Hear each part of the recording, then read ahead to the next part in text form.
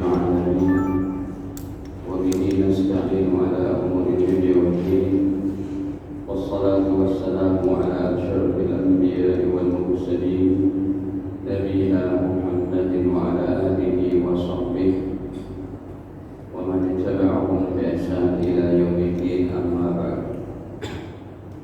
فيا معشر المسلمين والمسلمات أوصيكم ونفسي بتقوى الله فقد فاز المتقون قال الله تعالى يا أيها الذين آمنوا اتقوا الله حق تقاته ولا تموتن إلا وأنتم مسلمون.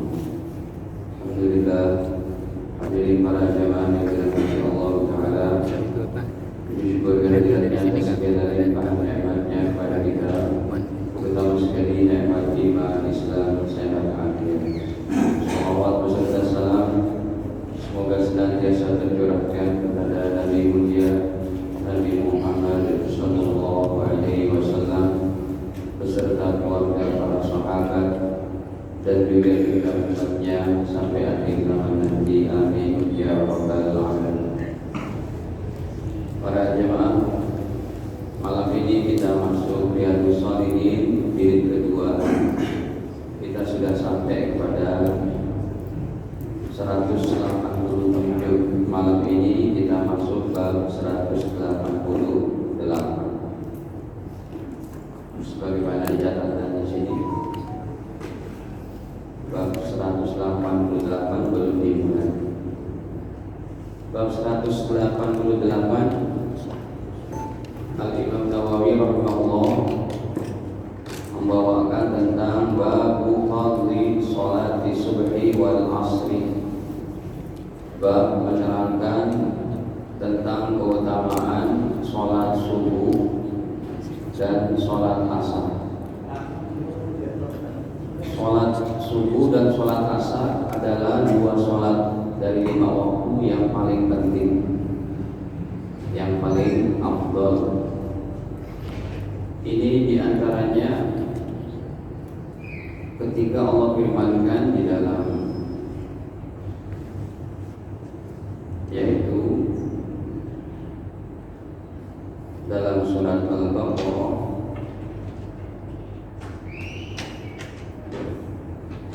bahwa hafizu ala sholawati was sholatil wusta.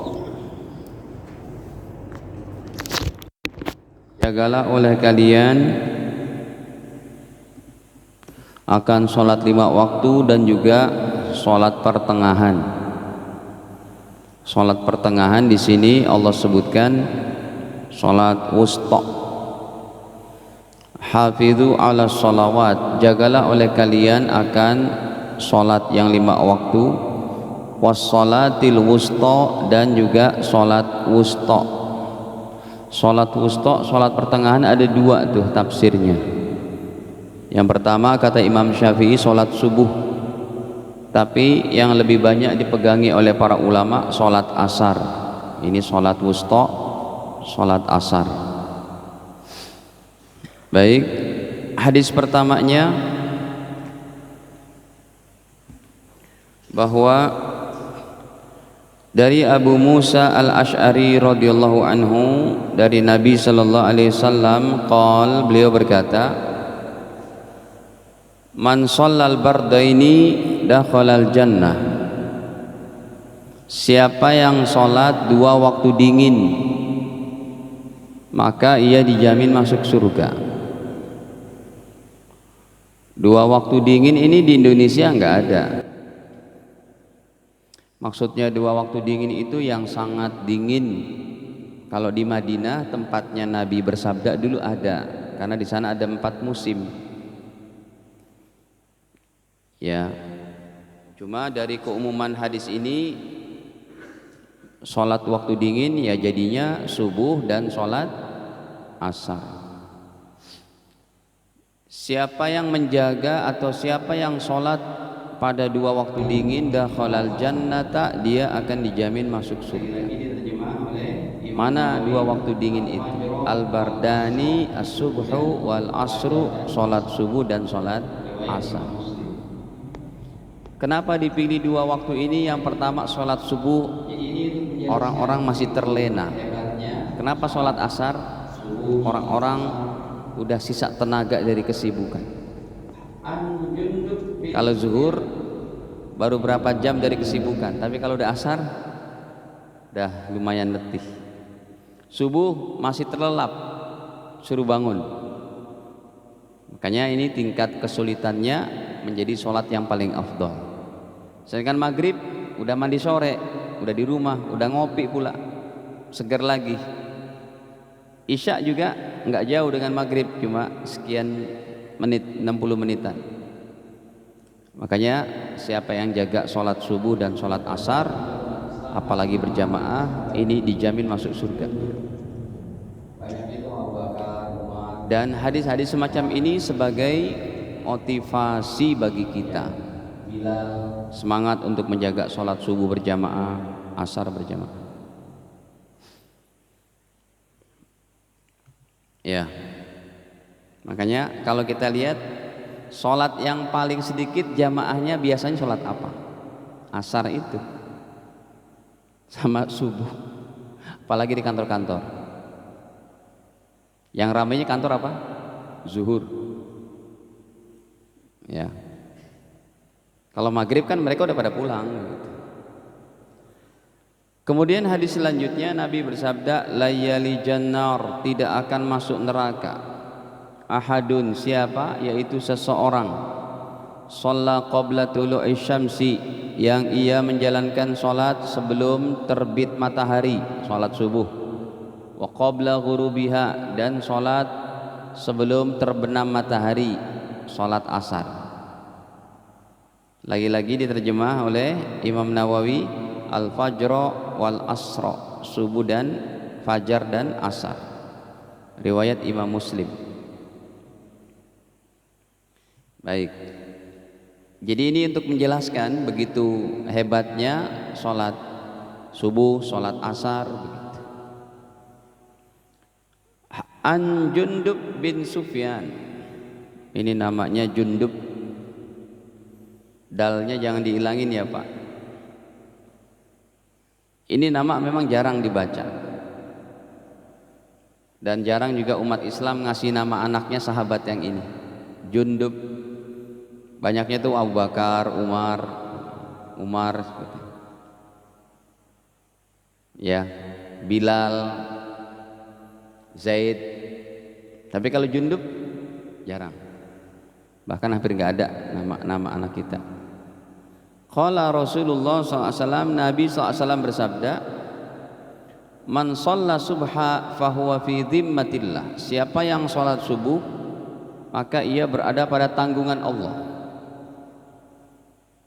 Jadi kalau orang udah sholat subuh itu dijaga tuh dalam tanggungan Allah. Tapi fandur ya bena Adam, maka perhatikanlah wahai anak Adam, lihatlah wahai anak Adam, wahai manusia, la yatlubannakallahu min dhimmatihi bisyai, jangan sampai Allah tuntut dalam tanggungannya tadi karena kita buat salah setelah mendapat tanggungan. Udah ditanggung tuh, dijamin oleh Allah. Ya, disia-siakan itu jaminannya. Dia berbuat yang tidak baik, nanti Allah tuntut itu. Ibarat orang apa, diberikan satu ruangan, ada air condition, ada kulkas, ada macam-macam, dipindah-pindahin tuh letaknya. Atau dia buat kamarnya itu, ruangan yang sudah disediakan, dia buat perkara yang lain, sehingga yang punya rumah menuntut, kamu buat apa? Udah dikasih fasilitas juga, udah dijamin, tapi masih buat yang nggak baik. Nah, ini hati-hati ya. Kemudian hadis selanjutnya ini karena sering sudah kita bahas ya. Qala Rasulullah SAW, baginda Nabi SAW bersabda, yata'aqabuna fikum malaikatun billail, ya, saling mengikuti nih, saling apa susul menyusul, yaitu di tengah-tengah kalian malaikat yang tugasnya malam hari, wa malaikatun bin nahar, serta malaikat yang tugasnya siang, bergantian, silih berganti.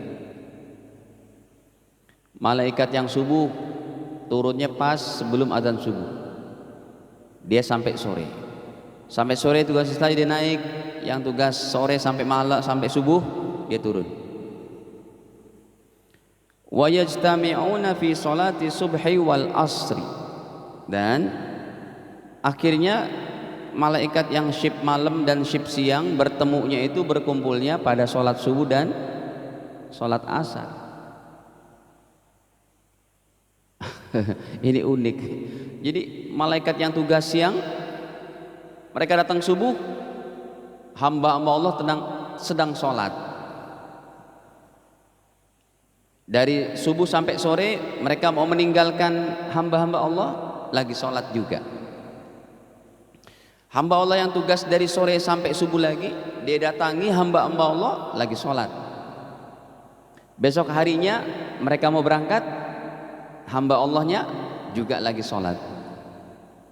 Jadi laporan para malaikat kepada Allah, ya Allah, saya datangi mereka lagi sholat, kami tinggal mereka juga lagi sholat. Di tengah-tengahnya itu dimaaf oleh Allah. Di tengah-tengahnya adalah ampunan dosa.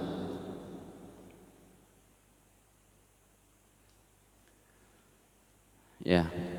Summa ya'rujul ladzina batu fikum, kemudian naiklah malaikat yang jaga malam hari, fayas'aluhumullah, maka Allah tanya kepada mereka, wa huwa a'lam, padahal Allah memang Maha mengetahui. Ya, pertanyaan Allah Ta'ala ini bukan karena Allah tidak tahu, tapi Allah ingin meminta daripada tanggung jawab para malaikat, sekalipun Allah Maha tahu itu. Apa pertanyaan Allah? Kaifa taraktum ibadi, bagaimana sih kamu tinggalkan hamba-hambaku itu, wahai malaikat yang jaga malam? Fayaqulun, mereka menjawab, taraknahum wa hum yusallun, kami tinggalkan mereka, mereka lagi sholat. Wa atainahum wa hum yusallun, dan kami datangi mereka, mereka juga lagi sholat. Kami tinggalkan lagi sholat asar, kami datangi lagi sholat subuh. Subhanallah. Ya, makanya tidak ada tempat bagi orang yang meninggalkan sholat. Bahaya sekali bagi orang yang meninggalkan sholat. Jangan sampai anak-anak kita meninggalkan sholat. Sesibuk apapun, seprofesi apapun mereka, harus tetap dari sekarang, dari usia dini, untuk diperintahkan menjaga sholat. Sebab kalau kita ngajarin mereka ngajak sholat usia udah SMA, udah besar, wah ini khawatirnya berat. Ya, pergaulan juga menentukannya. Sekarang kalau kita lihat di SMP, di SMA ada masjidnya masing-masing. Mereka bisa sholat berjamaah di situ. Sekalipun pelajaran agama kurang, tetap ya ada masjidnya. Kalau mau lebih baik lagi, anak kita sekolahnya di SMP IT, SMA IT, itu lebih terjaga. Agamanya terjaga, hafalan Qur'annya dapat. Kan lumayan anak-anak kita lulus SMA dapat 5 juz, lumayan, bisa ngimamin tuh dengan 5 juz. Udah gitu dia tambah kuliah, di kuliahnya nambah lagi 5 juz, 10 juz. Ya, dia bekerja jadi teknisi ini, jadi ahli komputer, jadi dokter, jadi pedagang, jadi bisnismen, apapun karyawan, tapi dia menjaga sholat, ada hafalan Quran. Kalau kita tinggalkan mereka, alhamdulillah, kita sudah terbebas daripada beban mendidik anak-anak kita, karena perkara yang sangat penting ini. Pokoknya nggak ada tempat bagi orang yang tidak sholat. Baik,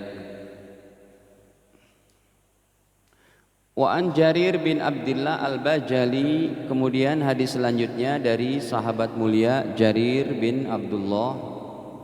Qal, beliau berkata, kunna 'indan Nabi sallallahu alaihi wasallam. Kami berada di dekat Nabi sallallahu alaihi wasallam.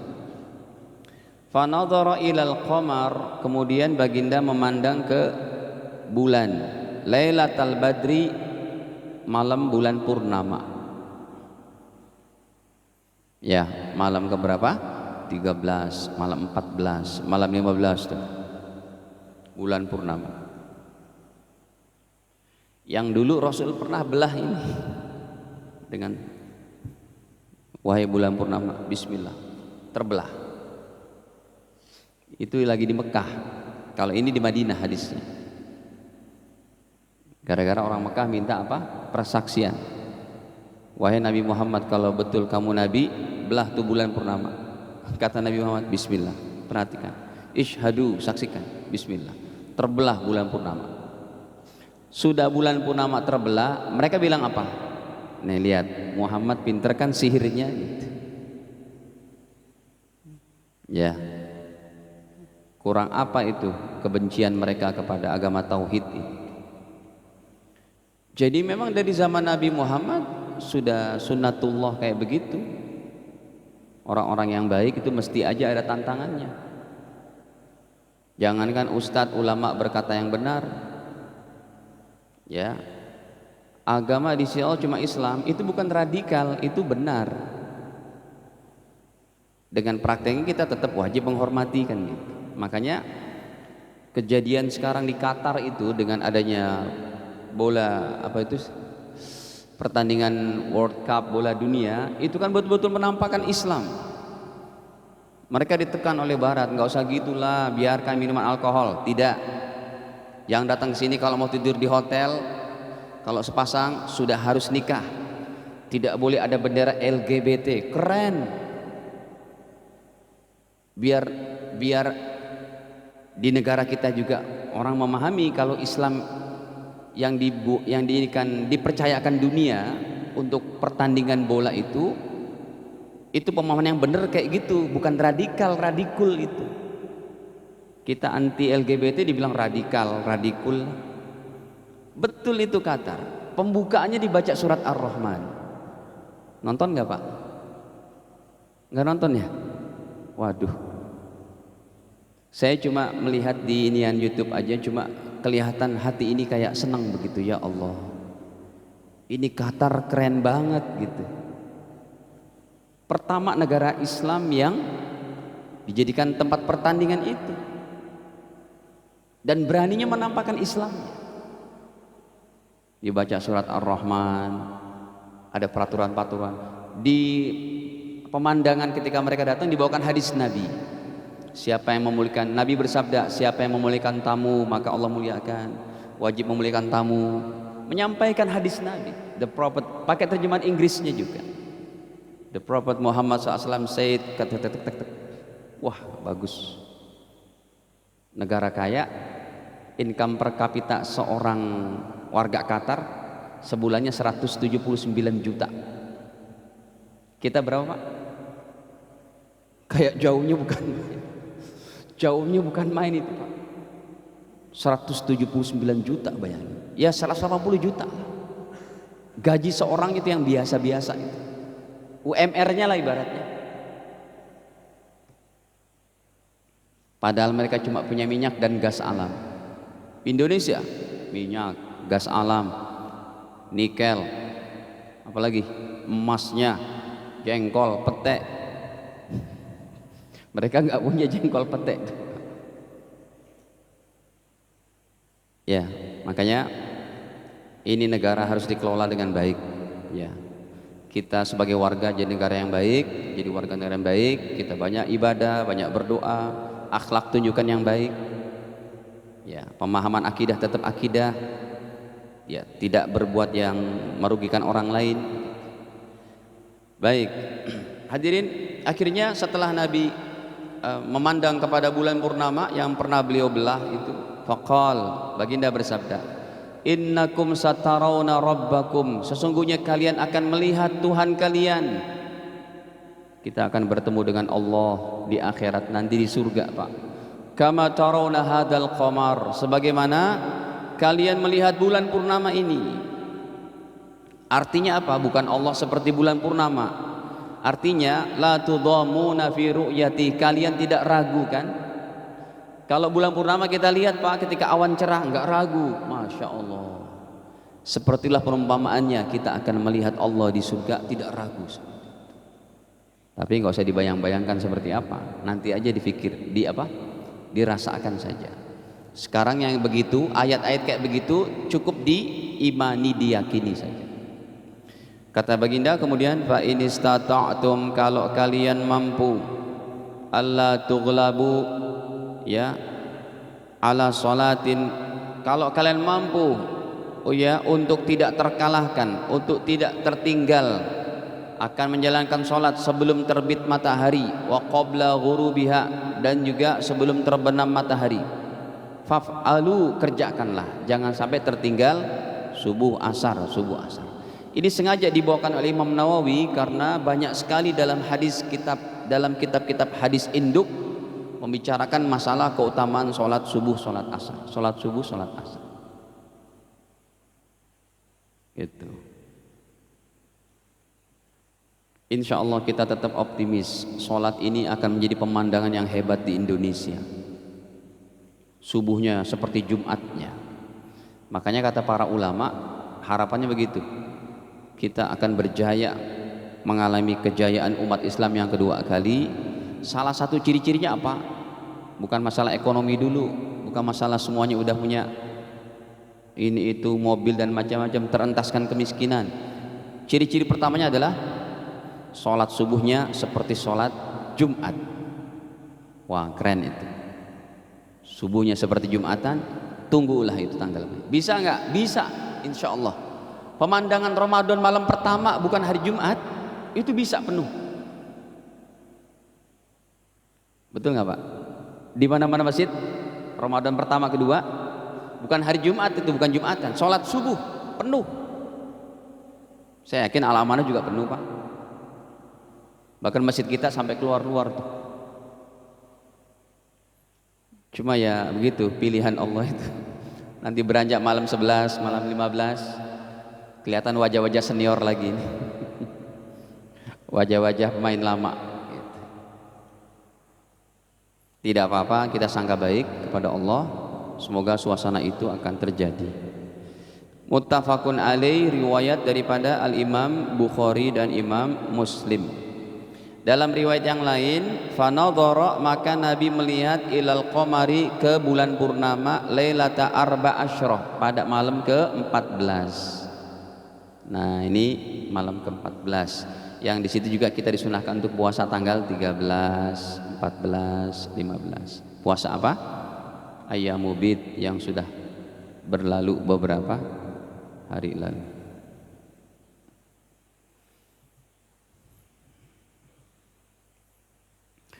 Ada satu ancaman dalam hadis Sahih Bukhari, karena begitu pentingnya sholat asar. Nabi bersabda, man taraka, siapa orangnya yang meninggalkan sholat al-asri, sholat asar, faqad habita amaluhu, sungguh telah habis, telah gugur amal-amalnya. Nabi tidak katakan sholat subuh, maghrib, isya, zuhur, tapi asar. Ini yang dipakai oleh mayoritas ulama pada menjelaskan Al-Baqarah 238 tadi, ya. Ini hafidhu ala sholawati was sholatil wusta, jagalah oleh kalian sholat 5 waktu dan sholat pertengahan, yaitu sholat asar tadi.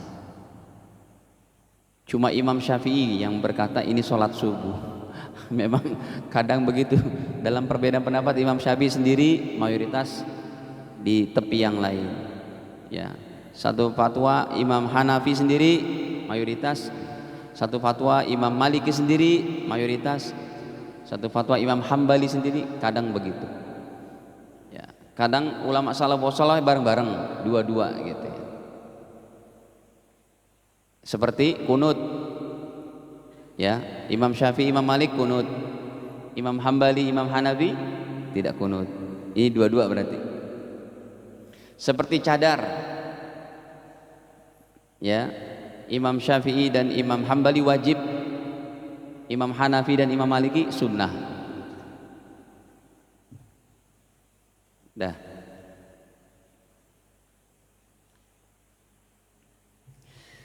Selesai bab 188. Kita masuk bab yang baru. Ada yang mau ditanyakan dulu? Ya. Waalaikumsalam. Mas Yani sering nanya sekarang.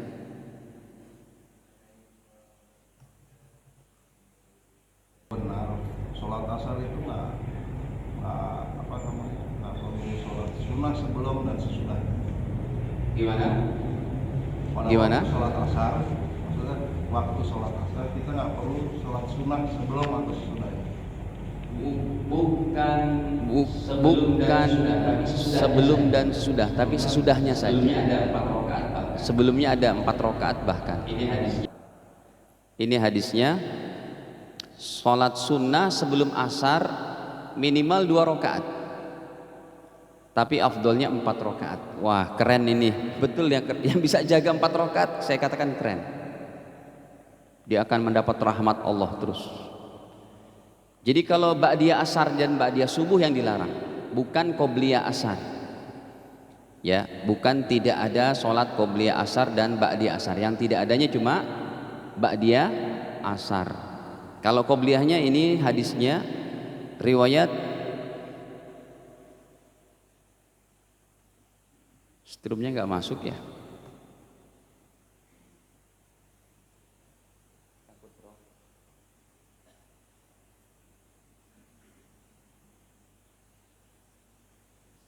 Nggak masuk. Coba diangkat dikit. Strumnya diangkat dikit. Ulang.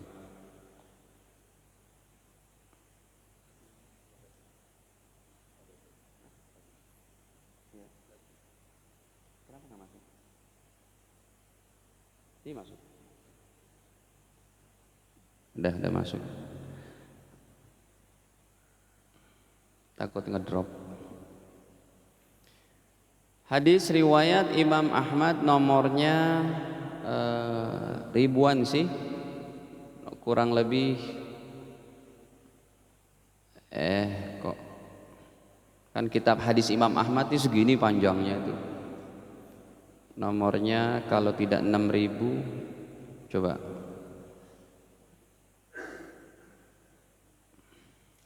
atau 8.000.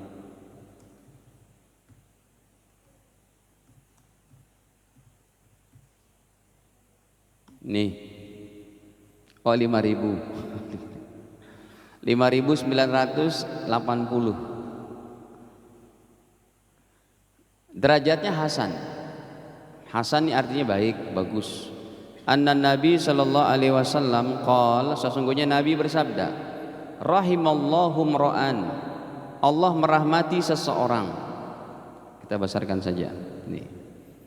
Ya, rahimallahu mra'an, Allah merahmati seseorang shalla qoblal asri, yang dia menjalankan sholat sebelum asar, arba'an, 4 rakaat. Ini paling afdol. Boleh 4 rakaatnya langsung, tapi tidak pakai tahiyat awal. Yang afdolnya 2 rakaat salam, 2 rakaat salam. Nah, jadi untuk qobliyah asar ada 2 rakaat atau 4. Kalau 2 rakaatnya dari mana? Ini kan 4 rakaat. 2 rakaatnya ada dalam Sahih Bukhari. Nabi bersabda,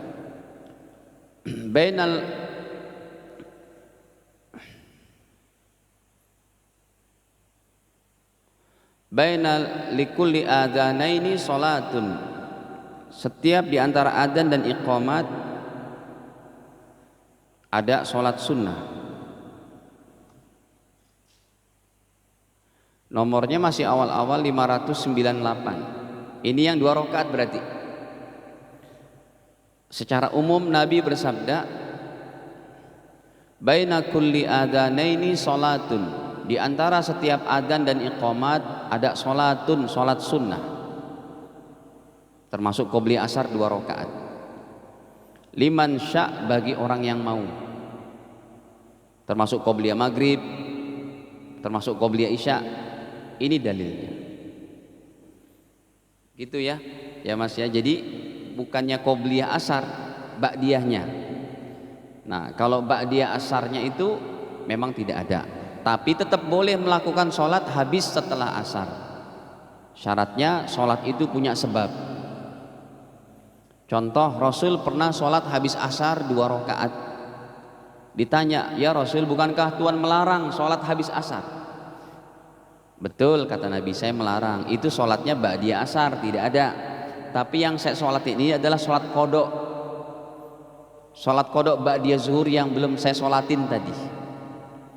Ini hadisnya kita buka riwayat Imam Bukhari, masih nomor 1009 sekian.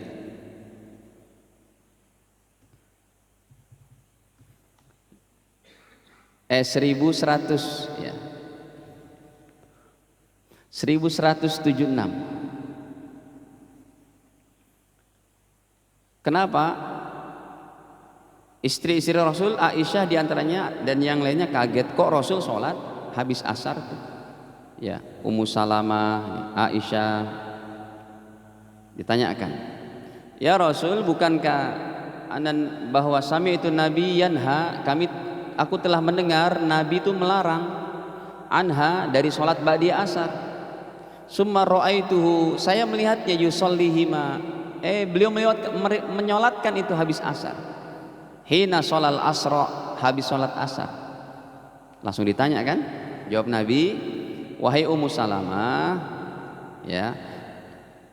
ya binta Abi Umayyah, wahai anaknya Abi Umayyah, sa'alti, tadi kamu tanya. Itu taknya ti ya, karena perempuan, yang dibaca tak tapi ti. Sa'alti, kamu bertanya, anir rok'atain ba'dal asr, tentang 2 rakaat yang saya sholatin habis asar. Betul, saya sholat itu, tapi bukan ba'diyah. Sholatnya apa? Wa innahu atani, tadi saya didatangi, nasun, oleh sekelompok orang, min Abdil Qais, dari delegasi Bani Abdil Qais, suku Abdil Qais. Fasyaghaluni, mereka menyibukkan saya dengan pertanyaan-pertanyaan sampai masuk asar, sedangkan saya belum sholat ba'da zuhur. Kata Nabi, ya, mereka menyibukkan aku anir rakaataini, dari 2 rakaat allataini ba'da zuhur, dari 2 rakaat ba'da zuhur saya belum sholat. Kata Nabi, fahuma, ini dia 2 rakaat itu, hatan, yang barusan saya sholatin habis asar.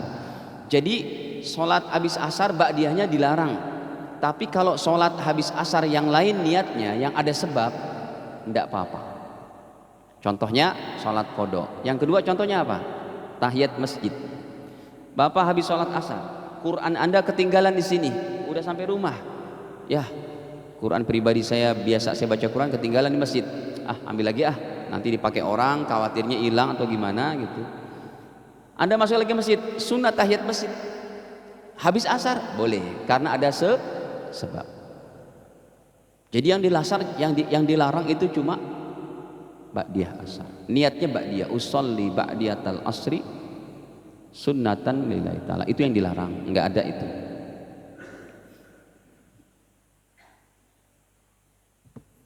Jam berapa? Masih lama ya? Ada lagi? 9 menit. Lama tuh. Silakan Pak, ada yang bertanya? Ya.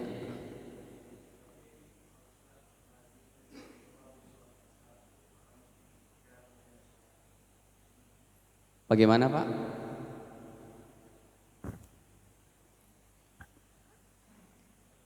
Assalamualaikum.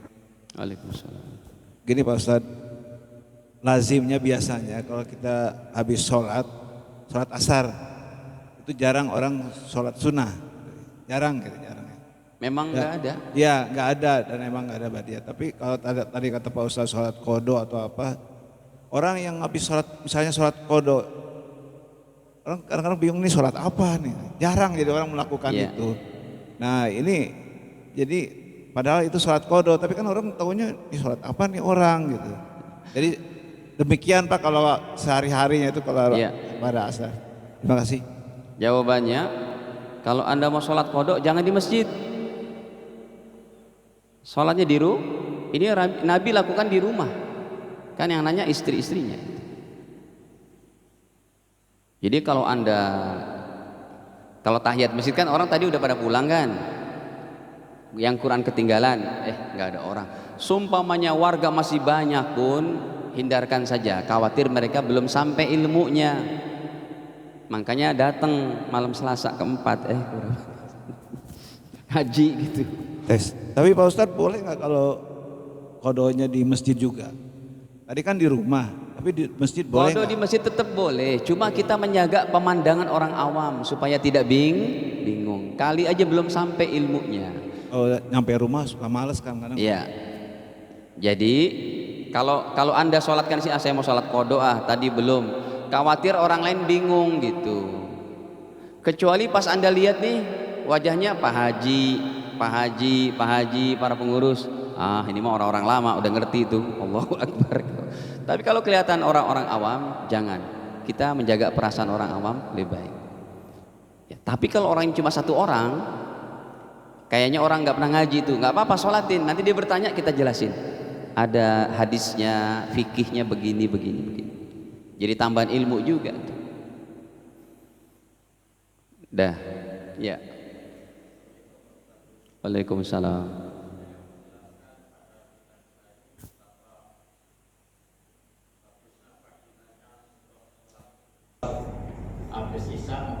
Ya. Suatu saat kalau seperti kaitannya dengan yang tadi, saya sengaja kadang sholat sunnah itu di rumah 4 rakaat. Namun kadang pas di rumah karena juga ada cucu, ada tamu, ingat-ingat sudah jam setengah 10 mau tidur. Nah, pertanyaan saya, apakah boleh itu juga saya sengaja di luar sholat isya, tapi tetap menjalankan sholat sunnah 4 rakaat. Ya. Terima kasih. Sholat sunnah isya 4 rakaat ini termasuk jarang dilakukan. Yang biasanya umat Islam lakukan itu 2 rakaat. Padahal 4 rakaat ini pahalanya waduh. Ya, seperti sholat di malam Lailatul Qadar. Jadi kalau Bapak sholat 4 rakaat pahalanya itu 83 tahun. Ini khusus bagi yang ngaji, yang nggak ngaji nggak tahu tuh. Oke, Bapak pulang ke rumah, ada tamu, ingat-ingat mau tidur, sholat kan, itu masih ada waktunya tetap. Atau Bapak lupa sama sekali, udah tidur, bangun tahajud jam setengah 4, jam 3, oh ya tadi saya belum ba'diyah isya, sholat kan, masih ada waktunya itu. Kecuali kalau udah masuk waktu subuh, baru itu niatnya qadha. Untuk sholat 4 rakaat ba'diyah isya tadi saya katakan jarang dilakukan. Tolong lakukan Pak, bagus banget. Hadisnya kami dapati 4 macam itu dalam kitab terpanjang dalam ilmu hadis. Nomornya pun sudah sampai 7.000 sekian. Tapi hadisnya itu, kitab hadisnya nomornya sampai 37.000. 37.943 nih coba. Riwayat Imam Ibnu Abi Syaibah. Kitab ini kitab terpanjang ya. Nih, sudah ada nih alhamdulillah. Coba saya tulisin.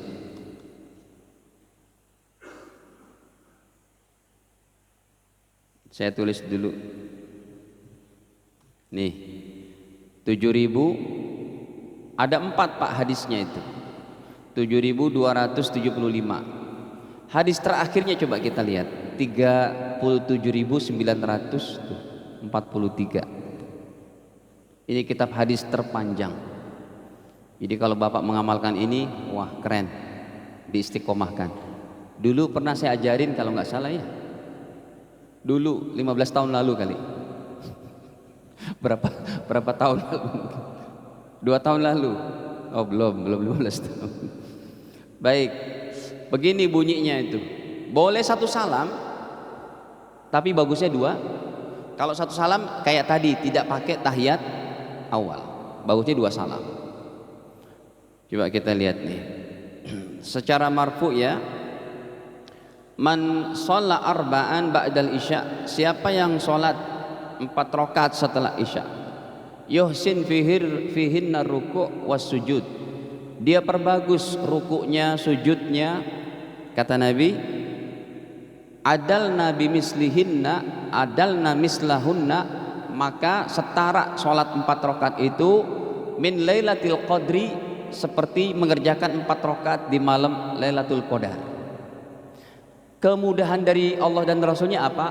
Pertama, Lailatul Qadar Ramadan susah kita dapetin, harus cari kan dari malam 21 yang ganjil-ganjil terutama. Kalau ini tidak, habis isya saja langsung 4 rakaat dapat. Cuma yang kedua bedanya, kalau yang Lailatul Qadar pada bulan Ramadan seluruh amal soleh, Anda sodako jadi nilai 83 tahun, Anda dzikir la ilaha illallah dihitung 83 tahun, Anda tahajud dihitung 83 tahun. Tapi kalau berbuat dosa dihitung juga 83 tahun. Waduh, berat banget ya. Nah hadirin, jadi kalau ini cuma untuk sholat saja, berlakunya hanya untuk sholat ba'diyah. Jadi 4 rakaat itu setara dengan 83 tahun. Jadi jawabannya silahkan Pak, ya silahkan. Saya kasih solusi juga, kalau Anda lupa sampai azan subuh, ingat-ingat habis subuh, kayaknya tadi belum ba'diyah deh gara-gara ada tamu, silakan sholat di rumah 4 rakaat. Boleh sebelum terbit matahari, boleh setelah terbit matahari. Bagusnya setelah terbit matahari lah, gitu. Niat kodok, saya niat kodok 4 rakaat ba'da isya. Allahu Akbar. Cukup? Masih ada waktu? Ada lagi Pak? Silakan.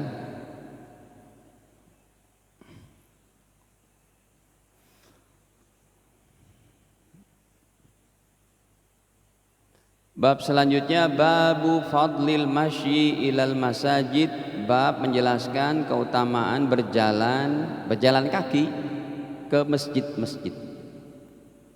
Wah, ini ada pahalanya yang saya katakan bisa menyaingi Lailatul Qadar, bahkan lebih. Itulah pentingnya kita bongkar-bongkar ilmu hadis. Kan pembahasan babnya ini, tapi kita bisa mencari yang lain tuh. Berjalan itu Pak, pahalanya menyaingi Lailatul Qadar, khusus pada hari Jumat. Jadi kalau Bapak hari Jumat, tolong Jumatannya jangan naik sepeda, jangan naik motor, jangan naik mobil, jalan kaki. Sebab 1 langkah itu pahalanya 1 tahun puasa sunnah, 1 tahun tahajud. Kalau dari rumah Anda melangkah 50 langkah, berarti 1 Jumatan itu Anda berpahala 50 tahun tahajud, 50 tahun sholat sunnah. Kalau 4 kali sebulan, 200 tahun lewat Lailatul Qadar. Itu hadisnya sahih riwayat Imam Abu Daud dan yang lainnya. Nah ini kita baca pada kesempatan yang akan datang. Semoga Allah mudahkan kita untuk mengamalkannya apa yang telah kita pelajari. Kekurangan mohon dimaafkan. Kita tutup dengan kafarah majlis. Subhanakallahumma bihamdik, asyhadu an la ilaha illa anta astaghfiruka wa atubu ilaik. Wa sallallahu ala nabiyyina Muhammad wa ala alihi wasallam. Walhamdulillahirabbil alamin. Wassalamualaikum warahmatullahi wabarakatuh.